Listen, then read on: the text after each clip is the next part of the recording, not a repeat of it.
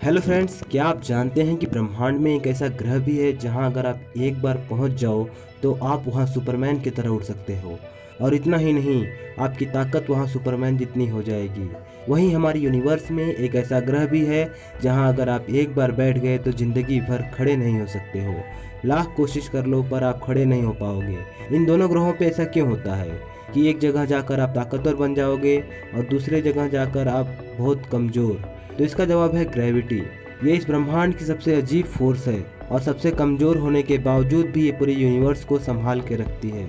हम और हमारे आसपास की हर चीज़ इससे प्रभावित होती है और न चाहते हुए भी हम इस फोर्स से बच नहीं सकते हैं। पर ग्रेविटी को जैसा आप जानते हैं और पढ़ते आ रहे हैं, ये उससे भी बहुत अलग है। आज हम आपको इसके बारे में ऐसी बातें बताएंगे जो आपने पहले कभी सुनी नहीं होगी। इस दुनिया में जो भी कुछ है, चाहे कितना भी बड़ा या कितना भी छोटा, यूनिवर्स के गुरुत्वाकर्षण बल को प्रभावित करता है। जिस भी चीज़ में द्रव्यमान यानी मास होता है वो हमेशा ग्रेविटी को प्रभावित करता है। जितना ज़्यादा द्रव्यमान उतना ही ज़्यादा ग्रेविटी, और जितना ही कम मास उतने ही कम ग्रेविटी। इससे पहले हम आगे बढ़ें, हम जान लेते हैं कि आखिर वास्तव में ये ग्रेविटी होती क्या है और ये कैसे पूरे यूनिवर्स को बिना दिखे महसूस हुए भी अपना काम करती रहती है। अगर आप किसी भी चीज़ को आसमान की ओर फेंको तो आप देखोगे कि वह चीज़ वापस आकर धरती पर गिर जाती है। ये ग्रेविटी की वजह से होता है। हमारी पृथ्वी उस चीज़ पर ग्रेविटेशनल फोर्स लगाती है जिसमें मास होता है। इसी तरह हमारी पृथ्वी भारी मास वाले हमारे सूर्य के चक्कर ग्रेविटी की वजह से ही लगाती है, तो चांद हमारी पृथ्वी के चक्कर लगाता है। पर ये कभी एक दूसरे से टकराते नहीं हैं, क्योंकि इनकी जो दूरी है वो ग्रेविटी को बैलेंस करती है, जिससे ये आपस में एक दूसरे के चक्कर लगाते रहते हैं। यानी कि ग्रेविटी या गुरुत्वाकर्षण एक तरह का फोर्स है जिसमें भारी मास वाला ऑब्जेक्ट अपने हल्के मास वाले ऑब्जेक्ट को अट्रैक्ट करता है। न्यूटन ने लगभग 350 साल पहले ग्रेविटी को इस आधार पर इस इक्वेशन के जरिए समझाया था, जिसमें हम दो बॉडीज के बीच में लगने वाले ग्रेविटेशनल फोर्स यानी गुरुत्वाकर्षण बल को निकाल सकते हैं। ध्यान से देखोगे तो आप समझेंगे कि ग्रेविटी बॉडीज के मास पर सीधा निर्भर करती है और दूरी पर उल्टा।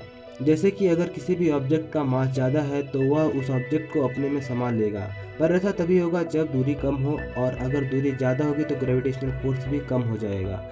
इक्वेशन में मास, डिस्टेंस और ग्रेविटेशनल कांस्टेंट को देखकर आसानी से किन्हीं दो ऑब्जेक्ट के बीच की दूरी नापकर ग्रेविटेशनल फोर्स निकाल सकते हैं। न्यूटन ने दी गई ऐतिहासिक इक्वेशन की मदद से हम ग्रहों की चाल, उनकी ग्रेविटी के बारे में आसानी से बता पाते हैं। जैसे पृथ्वी हमें ग्रेविटेशनल फोर्स की वजह से अपनी ओर खींचती है, तो हम पृथ्वी को भी अपनी ओर खींच रहे हैं। वास्तव में हम दोनों ही ग्रेविटेशनल फोर्स बना रहे हैं, पर पृथ्वी का मास हमसे बहुत ज़्यादा है तो हम उसकी ओर खींचे चले आते हैं। पृथ्वी की सरफेस ग्रेविटी 1g है, जिसका मतलब है कि हम पृथ्वी पर 9.8 मीटर पर सेकेंड स्क्वायर के एक्सेलरेशन के साथ पृथ्वी की तरफ खींचे चले आते हैं। जिसका अर्थ है कि जब हम पृथ्वी की ग्रेविटी के संपर्क में आते हैं तो प्रति सेकेंड हमारा वेग 9.8 मीटर की रफ्तार से बढ़ जाता है। यानी हर सेकेंड हमारी गिरने की स्पीड 9.8 करीब 10 मीटर तक बढ़ जाती है।